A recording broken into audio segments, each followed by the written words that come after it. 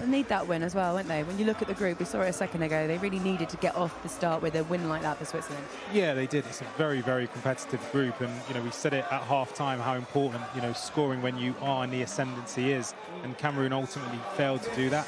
So credit to Swiss. I think they delivered when they needed to, but the next game is going to be a big one for them too. Nigel, you couldn't really script it. The boy that was born in Cameroon scores against Cameroon. Yeah. Heartbreak of the fans. But what did you think of the goal? We needed a bit of quality. Yeah, it was a great goal. I think it was a very well played out goal. If you see how it started as well, and eventually from Rodriguez here coming at Vargas, great back heel. Xhaka opens up, gets the ball hit to Freuler between the lines, and finds Shaqiri for the assist. And of course, the defender is only ball watching. He doesn't see where Mbolo is at the back of his. But yeah, of course, this is a great goal. I mean, this run here by Mbolo opened up the space also for Freuler that can pick the pass for Shaqiri.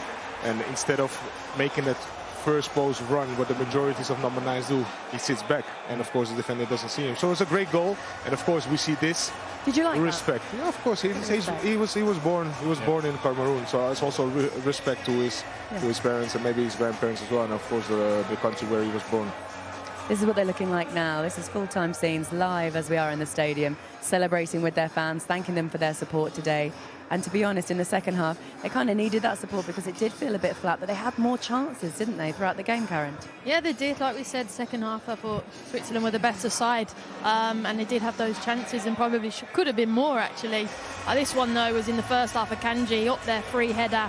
Has to score, not hit the target, has to score. Those opportunities are few and far beyond, and then again, they then started to counter-attack. This was a great ball across. It just should have finished that as well. Good save from the keeper. So as we said, the game opened up.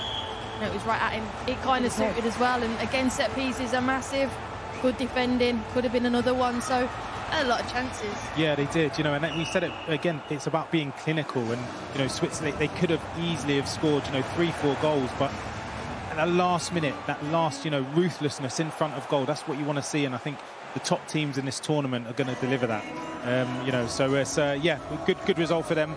But again, Cameroon, we said beforehand how important it was for them to score, and they were doing so well in the first half in terms of attacking on the break.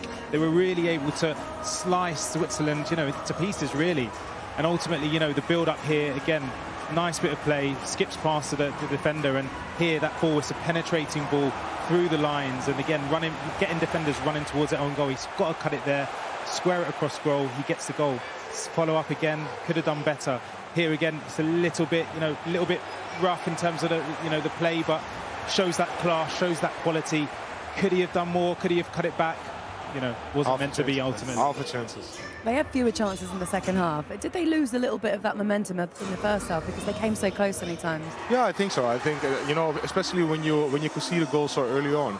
It's a big blow when you come out of the dressing room, and because of that, they stretched themselves open. We could see that, in the majority of the second half, they were so open as well for Swiss. They could pick their passes, they could pick players between the lines. It was very easy for them to play the match out, even though there was not a huge amount of pressure from Cameroon in that final third.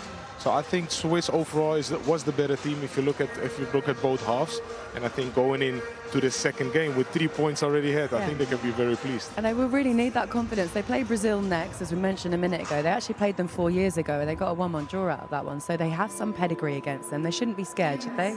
Oh, experience matters, and I think they probably had 200 caps more than Cameroon. And I think experience is really key in major tournaments. I think it'll be key against Brazil. Brazil will come at them. We know how flamboyant they are. They're all attacking. They're not going to change that style and philosophy. Be similar to Dale. They'll just suck it up, be patient and wait.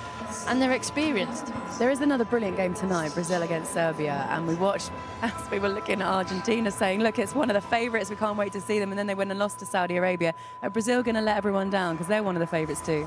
Yeah, I think Brazil are going to turn up this tournament. I think they've got a lot of strength and depth in sort of attacking areas as well. They obviously have Neymar, who will be looking, seeing what Mbappe did. Exactly. So I personally think Brazil are really going to deliver on this tournament, and it's going to be very exciting. They're both going to have an eye on this today. And it's a major lesson also what Argentina did for them. They've seen Argentina play, and they must be thinking about themselves. It's not going to happen to us. Especially in the opening match of the World Cup. So I expect Brazil to turn up. Of course, we all want to see that samba football. Yeah. So hopefully we're going to see that tonight. Yeah. Okay, guys. After the break, former bride.